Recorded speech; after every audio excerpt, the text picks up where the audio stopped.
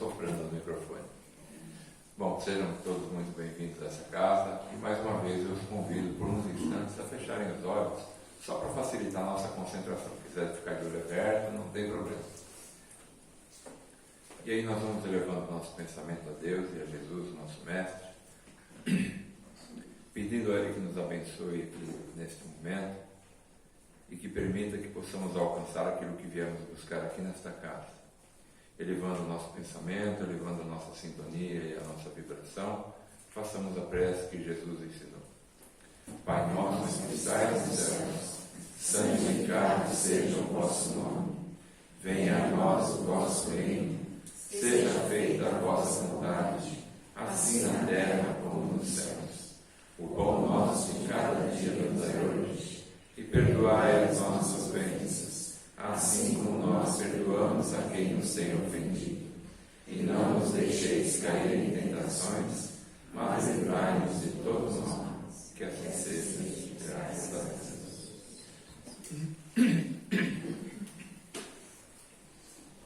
Hoje nós não vamos fazer palestra, nós vamos bater papo.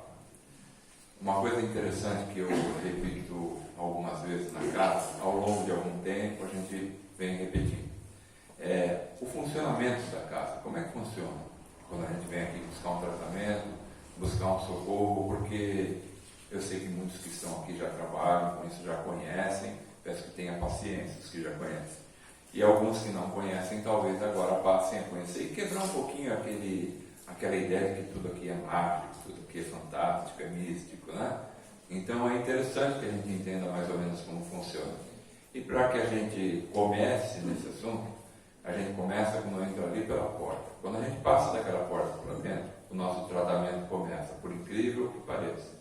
Se vocês repararem bem, quando vocês entram por aquela porta, vocês já sentem um baque energético. Baque entre aspas, né? No bom sentido.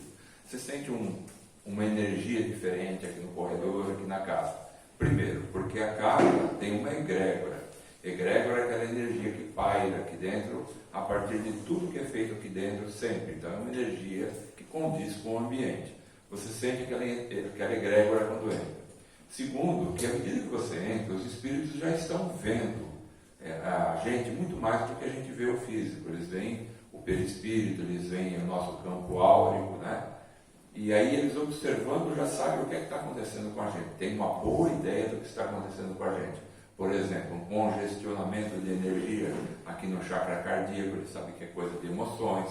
Aqui no chakra umbilical, ou plexo solar, como quiser, é um congestionamento de emoções mais densas e assim por diante. Então, à medida que eles observam a gente entrando, já começam o tratamento, já vão lá, já nos abraçam de certa forma, já corrigem alguma coisa das nossas energias, começa ali.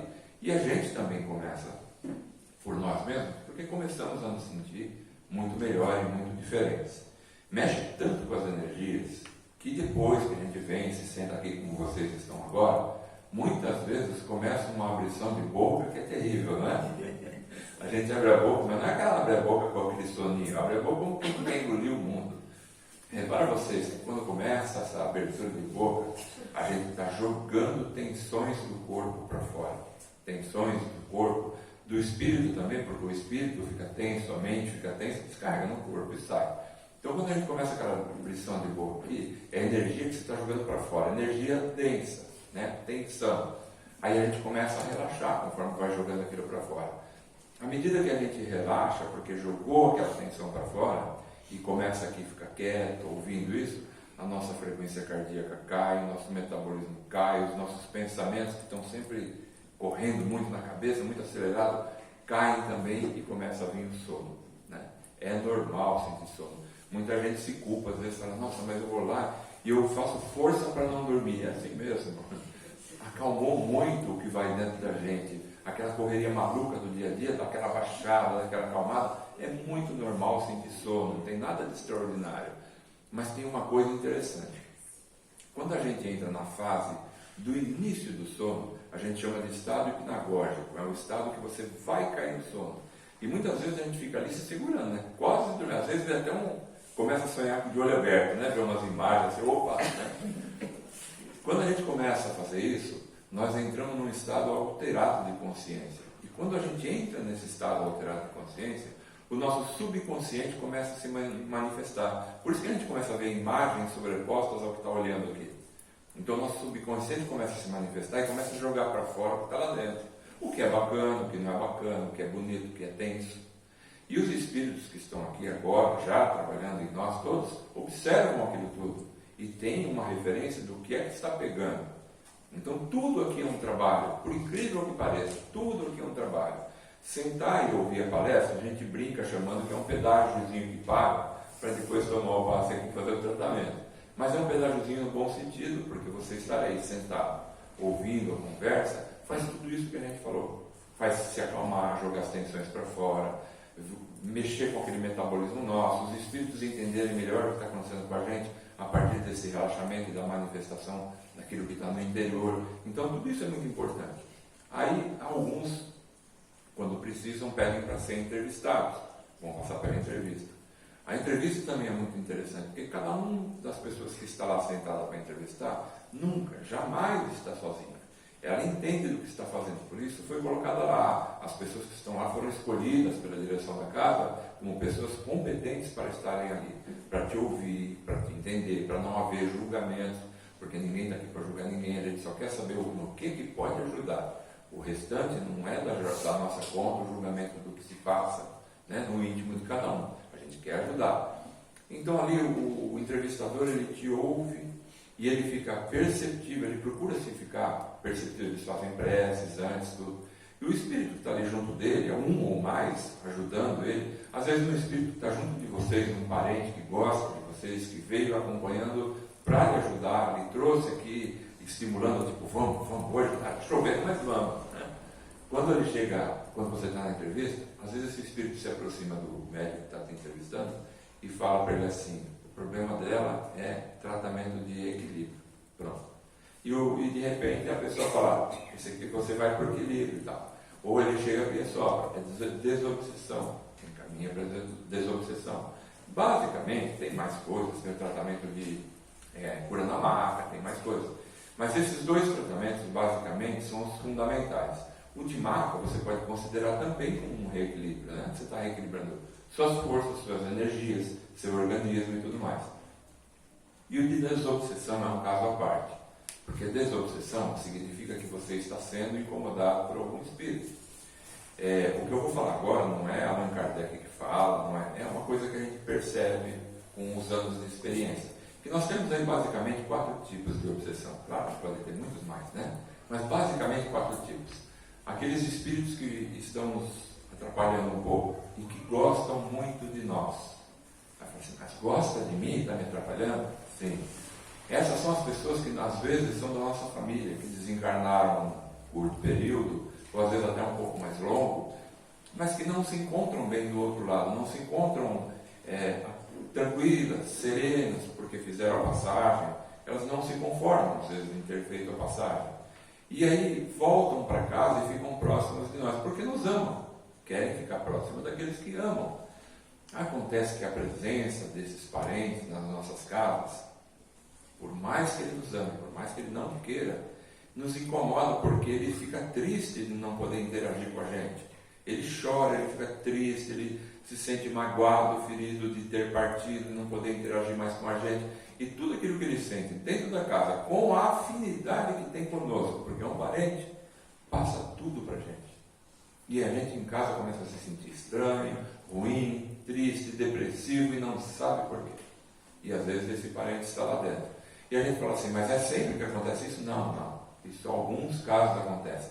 Mas quer ver um jeito de acontecer muito fácil? A gente ficar rezando para eles, pedindo socorro. E isso você atrai ele para perto de você. E às vezes você atrai ele para perto de você e ele não está preparado ainda para te socorrer. Ele já tem os próprios problemas para superar, para melhorar. E ele não podendo te ajudar, se entristece. E acontece tudo isso que nós estamos falando. Então, se você vai fazer um pedido para um espírito, para o plano espiritual, peça a Jesus. Peça aos obreiros de Jesus. Se você não quer pedir diretamente a Jesus, imagina que Jesus vai me atender. Peça espíritos de luz que trabalham com Jesus, que me socorram. Pronto, vem uma legião de espíritos do bem, da luz, para te socorrer. Pode ter certeza disso. Se não, ora para Deus. Deus sabe quem é que ele manda. e vem também uma galera para ajudar a gente.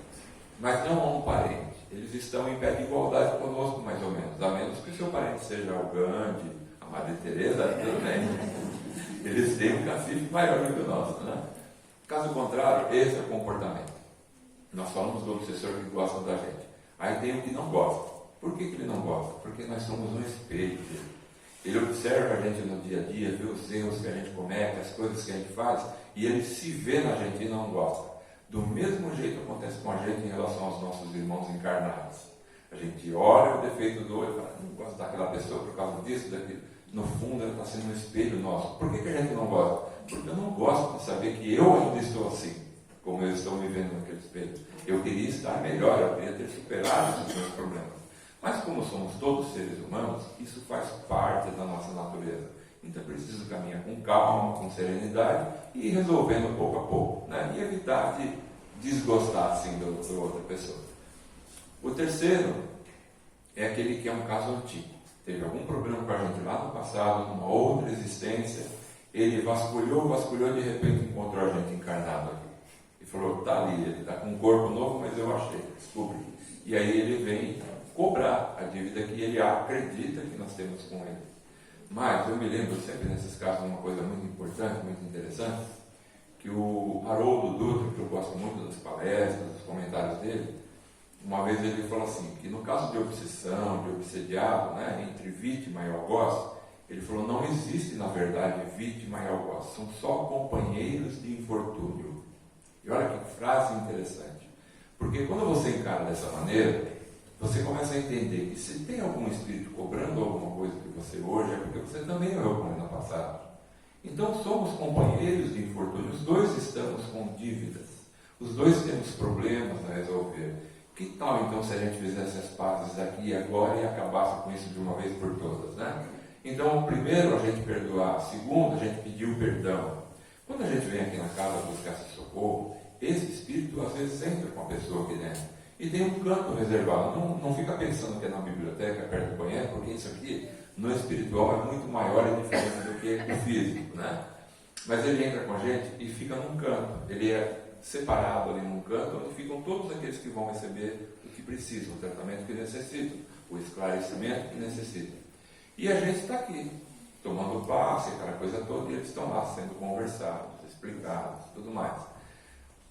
Então eles entram, têm uma consciência diferente a partir daquilo que explicam para eles. Eles começam a pensar diferente, começam a ver diferente e pensar na possibilidade de deixar a gente seguir com a vida e ele seguir com a dele. Mas, ainda assim, às vezes, enquanto a gente está aqui sentado, pensando na reforma interior, eles estão lá do lado de fora fazendo flexão para ficar mais forte. Quando a gente sai, a gente de novo e vai para casa junto com a gente. Às vezes, isso é permitido pelo plano espiritual, quando eles veem que nós estamos fazendo esforços para melhorar a nós mesmos. Então eles pensam, se o obsessor ficar perto dele, vendo que ele está se tornando uma pessoa melhor, uma pessoa diferente, está se desenvolvendo como ser humano, que ele não é mais aquele que ele foi no passado, ele também vai melhorar. Por osmose, por estar perto e observando, ele também melhora. Ele também sente nele o desejo de melhorar, porque ele começa a ver você melhorando, ele fala, esse cara vai ficar bem e eu vou continuar desse jeito. Então ele quer acompanhar, ele quer melhorar também. Então nós somos um exemplo que arrasta. Já diz o grande sábio, né? As palavras podem até, mas o exemplo arrasta. E é o exemplo que eles querem ver. Então esse é o obsessor que não gosta da gente. E tem o obsessor que vem por pura afinidade. Ele não tem nada para ver, nem conhece a gente. Mas a gente sabe aquela pinguinha que a gente toma, que a gente gosta, lá de não sei onde, que aquela marca e tal. Ele também gosta. Então ele se encosta por pura afinidade. Ele fala, nossa, eu gostava muito dessa aí quando eu estava vivo. Como ele toma, vamos encostar nele, eu vou sentir através dele e fica perto da gente. Onde a gente vai estar próximo porque gosta daquilo que a gente gosta. O pagode que eu gosto, ele gosta também, o samba que eu gosto, ele gosta também, o rock que eu gosto. Enfim, ele tem afinidade comigo, fica próximo. Mas, normalmente, quando são espíritos esclarecidos, ainda que tenham afinidade com a gente, não ficam próximos da gente. Eles seguem cada um o seu caminho. Mas quando não estão bem esclarecidos, quando ainda estão com problemas, eles se encostam. E aí, o que é que eu tenho que fazer? Eu tenho que melhorar a mim mesmo. eu tenho que parar com aquela caninha, eu tenho que parar com as coisas que não são muito legais, de forma que ele, ao longo do tempo, olha para mim e fala assim, esse cara se tornou um chato, não faz mais nada do que eu gosto, quer saber, eu vou embora procurar outro. É assim que funciona de verdade, parece brincadeira, a gente vai falando assim, né? Livre deve solto, mas a verdade é essa, ele escolhe. Aí eu gostava, nós já atendemos na obsessão aqui. Aí eu gostava tanto dele, porque eu bebia, ele fumava, agora ele fala com tudo, ele não chato, vou embora, vou partir para outro. E vai procurar outro que tem afinidade com ele. Então, basicamente, esses 4 tipos de obsessão são as mais comuns, as que a gente mais atende aqui na casa. O que é que nós precisamos fazer, no final das contas, para escapar de todos os tipos de obsessão, se é que é possível a gente escapar de todos? Mudar a nossa vibração, a nossa frequência. Fazer uma mudança interior em nós mesmos. A melhor maneira de mudar instantaneamente, quando você percebe que pode estar havendo algum problema, é a prece. A oração sobe a nossa frequência de um jeito fantástico e imediato. E quando sobe a nossa frequência, descola, a gente sobe de nível e descola aquele que estava próximo, ele continua no nível dele. E a gente sobe um degrau, percebe? Estou exemplificando mais ou menos como funcionaria energeticamente. Estamos os dois aqui. Eu faço preces, eu subo para cá, ele continua aqui. Não tem mais aquele acesso que tinha a mim. Já não consegue me incomodar tanto. Então a prece é uma tremenda ferramenta de mudança de vibração. Mas às vezes a gente está tão chateado, está tão amargurado, está com tantos problemas que a gente não consegue fazer prece. Não sei se vocês já viram, já passaram por isso. A gente não consegue falar, não estou nem a fim de fazer prece. Nesse momento a gente vem buscar socorro aqui. Primeira coisa, excelente. Aqui na igreja evangélica, no templo budista, onde você quiser, onde sentir afinidade, mas vá buscar socorro. Primeira coisa. Segundo, quando você perceber que a coisa está apertada para você e você quer fazer uma prece, mas nem isso você tem vontade, respira profundamente algumas vezes. Parece brincadeira, mas só o fato de você ficar quieto num canto e respirar profundamente, 50% ou mais daquilo que você está sentindo, aquela angústia, aquele aperto, se dissipa. E aí você tem forças para entrar em oração. E isso é um método que ele não é muito comentado aqui, mas é um método tibetano, um método hinduísta, muito antigo, de controle das emoções, de controle das nossas energias e tudo mais. E ele funciona perfeitamente. Então, por que não usá-lo, não é? A espiritualidade, afinal de contas, não tem rótulo, né? Ela está aberta a todos nós. Então é uma ferramenta maravilhosa. Você está muito angustiado, respira profundamente. Nisso você já deu uma boa melhorada. Aí vai na sua prece. Quando a coisa continua e você precisa de socorro, venha buscar socorro aqui onde você desejar. Mas o importante é a gente mudar essa nossa vibração. E não desistir da luta, sempre. Porque a vida como um todo é sempre uma luta. Nós temos muitas coisas para alcançar.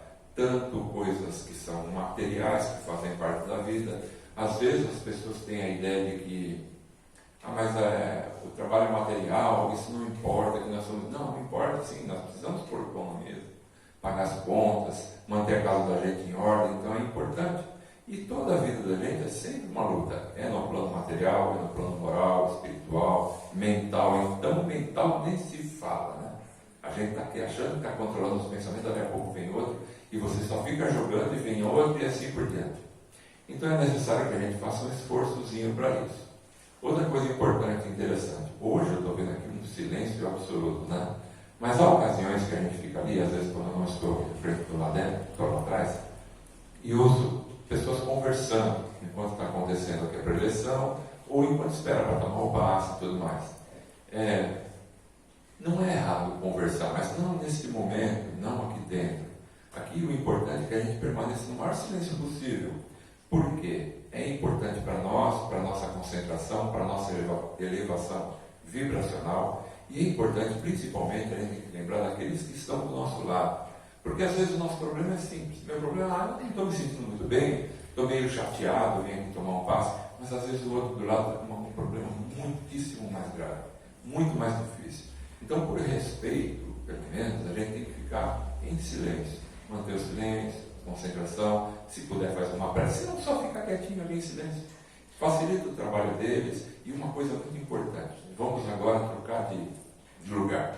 vamos nos colocar no lugar dos espíritos. Aí está todo mundo sentado, eu sou espírito, eu passo aqui, veja, falando. Você, mas veio buscar uma coisa, conversando desse jeito. Se ele ou ela não está preocupado com o próprio tratamento, por que eu vou me preocupar? Não é verdade? Então o que nós temos que fazer? Abraçar a nossa própria causa. A gente tem que fazer um compromisso com a nossa própria recuperação. E isso eu falei agora fazendo uma referência ao silêncio, mas não é só isso, é com tudo. Se a gente passa aqui no passe, no tratamento aqui, na entrevista, na desobsessão, tudo que nós fazemos aqui dentro.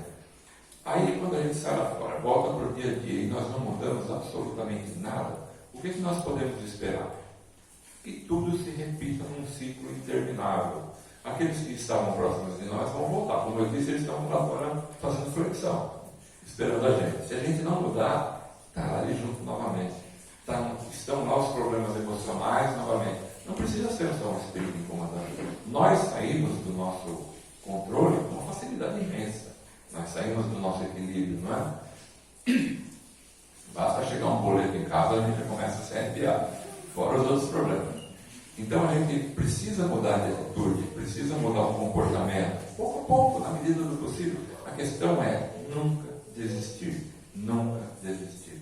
Tenta, mas eu tenho vício, vou dar um exemplo bobo, eu fumo e queria parar de fumar, e eu não consigo, mas tenta, vai tentando, não tem prazo, vai tentando. E se você cair 10 vezes tentando melhorar qualquer coisa em você, levante 12 e continue. Mas jamais desista, porque o segredo é esse. Se você reparar bem no mundo, você vai ver que na história da humanidade só se conta a história das pessoas que foram teimosas, né? Quem não foi teimoso e desistiu no meio, passou despercebido, ninguém nem sabe quem foi. Mas os teimosos entraram para a história. Isso é em tudo na vida da gente. Isso acontece no social, na história, acontece na nossa própria existência. Então, se nós queremos uma coisa, temos que lutar, batalhar por aquilo constantemente. Cansou, descansa um pouquinho, depois retoma a guerra e continua. Retoma a luta e continua. Não tem outro jeito. Não tem. Se a gente se acomodar e achar que está tudo bem assim, nós vamos passar sempre pelos mesmos problemas. E aí vem aqui, busca socorro e assim continua. Bom, continuando nossa preleção sobre os tratamentos, depois que a gente fez tudo isso, vai para a desobsessão, vai para o tratamento, para o equilíbrio, vem o passe, né? O passe a gente pensa assim, poxa, mas então se tratou tudo isso lá fora, aqui na entrevista, para que passe? Tem necessidade? O passe é o fechamento.